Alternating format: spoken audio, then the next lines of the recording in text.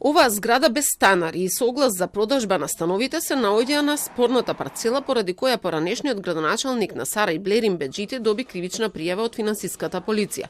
Телма вчера разговараше со сопственикот на фирмата изведувач Азра Идризи и тој тврдеше дека се е легално од негова страна. За становите има имотен лист и покрај тоа што сега парцелата на која се наоѓа зградата е предмет на истрага, поради тоа што финансиската полиција смета дека е изградена пред да има детален урбанистички план, а инвеститорот се стекнал со имотна корист од 1,7 милиони евра. Фирмата изведувач не е во кривичната пријава, а од обвинителството за Телма велат дека е прерано да се зборува во која насока ќе оди случајот. Телма вчера објави дека истата фирма се занимава со откуп и складирање на отпад, а дека собственик е Идрис Имери, чиј телефонски број се наоѓа на огласот за продажба на становите. За прво осомничениот Беџити е нормално да се знае со собственикот на фирмата. Јас 3 мандати сум бил избран за градоначалник на општина Сарај и скоро сите луѓе ги знам. Да. И инвеститорот го знам. Мола? Не, близок не сум, ама го знам.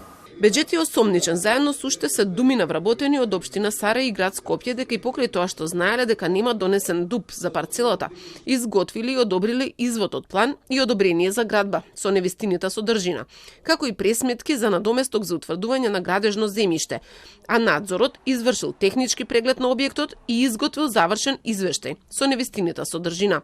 Беџити пак тврди дека ова е политичка пресметка против него и дека ДУП имало донесено одамна. Деталниот урбанистички план е донесен кога јас сум бил градоначалник, министер бил од редовите на ВМРО ДПМН и градоначалник на градот Скопје од редовите на ВМРО ДПМН. Постои, да. И затоа е чиста политичка хајка. Од страна на премиерот и еден од експонентите на Влен. Еден измечар, ништо повеќе. Инаку меѓу осомничените во кривичната пријава се наоѓа и службеничката од град Скопје, во чиј дом пред 5 месеци беше извршен претрес од финансиската полиција. За ова објави тогашната градоначалничка Данила Арсовска, а упадот во домот на раководителката на секторот за урбанизам го протолкува како реваншизам за незината борба против дивоградбите во Чаир.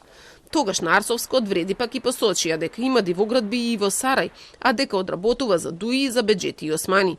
Сега Беџити се закани со контрапријава за двајцата директори на финансиската полиција и за уште двајца вработени од таму.